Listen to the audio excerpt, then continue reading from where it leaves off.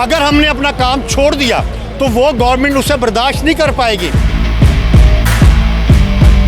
हमें एक leave encashment के नाम पर एक रकम मिला करती रिटायरमेंट के वक्त कि यानी अगर 1 साल की छुट्टियां जो हम नहीं करते थे, जो हमारी अपनी छुट्टियां होती थी, उसकी रिटायरमेंट के वक्त में पैसे दे दिया करते थे, वो कट लगा दिया। फिर पेंशन और ग्रेजुटी जो हमारा ज़ाहिर सरमाया था, हमारी चादर थी, उसको उन्होंने उस पर कट लगा दिया।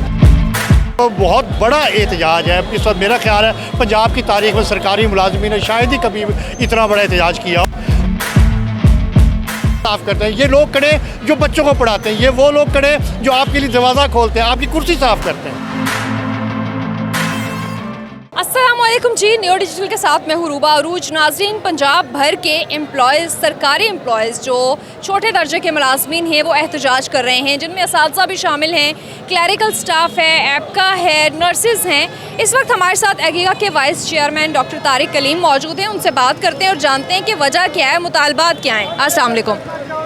देखें, हम एक ख़ास कंट्रैक्ट हम गवर्नमेंट से करते हैं जिसकी पर हम मुलाजमत का आगाज़ करते हैं और गवर्नमेंट हमें कुछ करती है कि भाई आपकी ये मराहत होंगी, इन पर हम आपको रिटायर कर देंगे। अब हुआ ये है कि इस हुकूमत ने, जिसके पास ये मैंडेट ही नहीं है, उसने हमारी फ़िनंशियल जो रूल थे उन पर कट लगा दिए।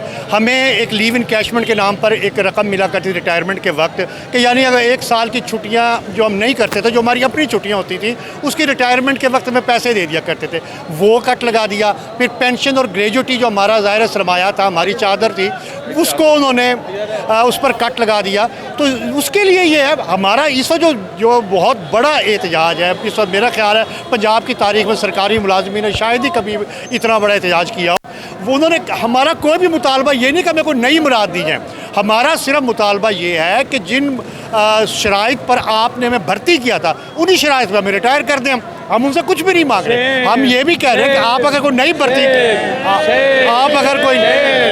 अगर आप कोई नई भर्ती करें, आप चाहे जिस भी शराइत पर कर लें, लेकिन जिन शराइत पे आपने हमें भर्ती किया है, जिन शराइत पे आपने हमें रखा है, उन शराइत को बरकरार रखें। और गवर्नमेंट बदयांती कर रही है और कभी वो IMF के पर्दे में छुपती है।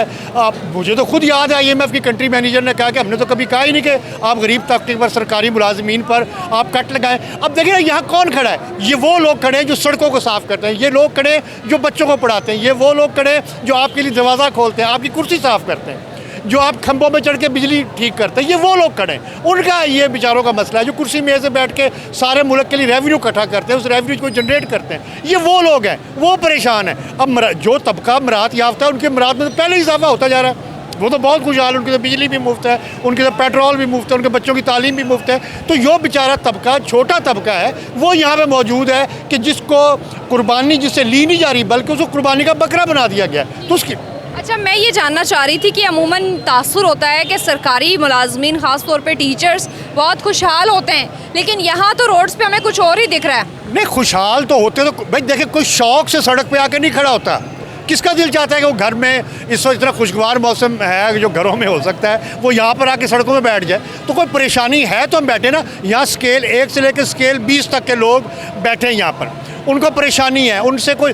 फिर वही बात, परेशानी क्या है कि जो शर्त आपने हमसे रखी थी, आप उन्हीं पे हमें रिटायर कर दें। हम आपसे कोई मुराद मान ही नहीं रहे कि हमें तो आपने जो रखा था, हमारे से जो तय किया था आगाज़ के अंदर 1974 के जो हमारे रूल्स एंड सर्विस, उन पे जो हमारी शराइत मुलाजमत में जो चीज़ें आपने दर्ज की थी, आप उनको बरकरार रखें, आप उनसे फरार मत हो। हमारा तो ये सादा सा मुतालबा है। ठीक, ये एहतजाज कब तक जारी रहेगा? क्या धरने की सूरत इख्तियार करेगा? क्या स्ट्रैटेजी है? स्ट्रेटजी यही है कि देखें, स्ट्रेटजीज हमारे पास बहुत है। हमने सबसे पुरअमन तरीका इख्तियार किया है कि हमने यहाँ धरना दे दिया है। स्ट्रेटजीज तो इतनी हो सकती है क्योंकि जो हम लोग हैं ना, मैं एक सरकारी मुलाजिम हूँ, मैं एक स्वीपर हूँ, मैं एक गटर भी मैं साफ़ करता हूँ, मैं बिजली के खंभे में मैं चढ़ता हूँ, लाइट भी मैं ऑन ऑफ करता हूँ, यहाँ से कूड़ा ही मैं बिठाता हूँ, स्कूल में बच्चों को मैं ही पढ़ाता हूँ। अगर हमने अपना काम छोड़ दिया तो वो गवर्नमेंट उससे बर्दाश्त नहीं कर पाएगी। यानी आप मुझे बताएं, 24 घंटे अगर सिर्फ वासा पानी देना बंद कर दे, ये वेस्ट मैनेजमेंट वाले कूड़े न उठाएं, ये जो बल्दिया वाले गटर ना खोलें, तो क्या ये हुकूमत सर्वाइव कर लेगी? नहीं कर सकती। हमने उससे पुरअमन तरीका इख्तियार किया कि हमने यहाँ धरना दे दिया। और मौजूद मुल्कों में यही होता है कि जब कुछ चंद शहरी आके सड़कों में बैठ जाते हैं तो हुकूमत नोटिस लेती है कि भाई ये मेरे शहरी क्यों परेशान है, क्यों ये बाहर बैठे।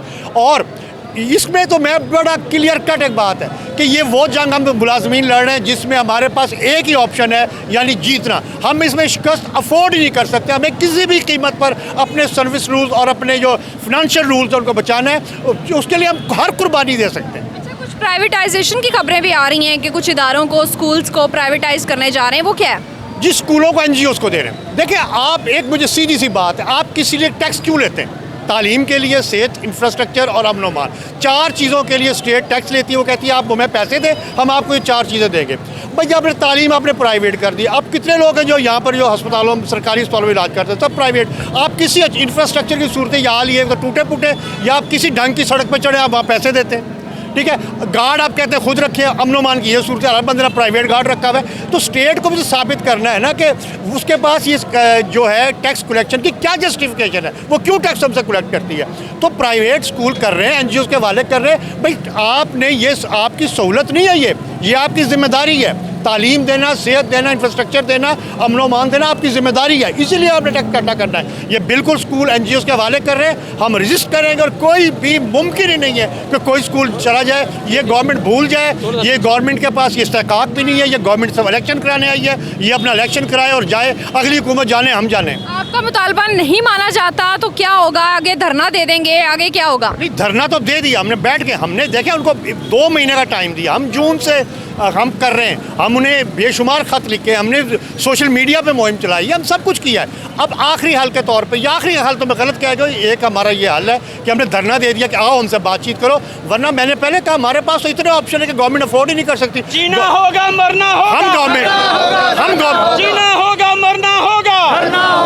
हम गवर्नमेंट है ना, मुल्क को हमने रन करना है ना, क्लर्क ने रन करना है, पटवारी ने रन करना है, स्कूल टीचर ने रन करना है, PN ने रन करना है, खाकरोब ने रन करना है, हमने मुल्क रन करना है ना। तो हम नहीं करेंगे तो फिर कैसे चलाएगी? तो हम ये कह रहे हैं कि हुकूमत अक्ल के नाखून ले और वहाँ तक ना जाए जहाँ तक हम भी नहीं जाना चाह रहे। जी बहुत शुक्रिया। एक तो इन्होंने अपनी स्ट्रैटेजी बताई और दूसरा अगला हिकमत अमली जो है वो ये हो सकती है कि अगर इनके साथ मुज़ाकरात ना किए गए तो ये फिर अपना काम अगर सरकारी मुलाजमिन बंद कर देते हैं तो शायद फिर पंजाब का जो सूबा है उसको चलाना मुश्किल हो जाएगा।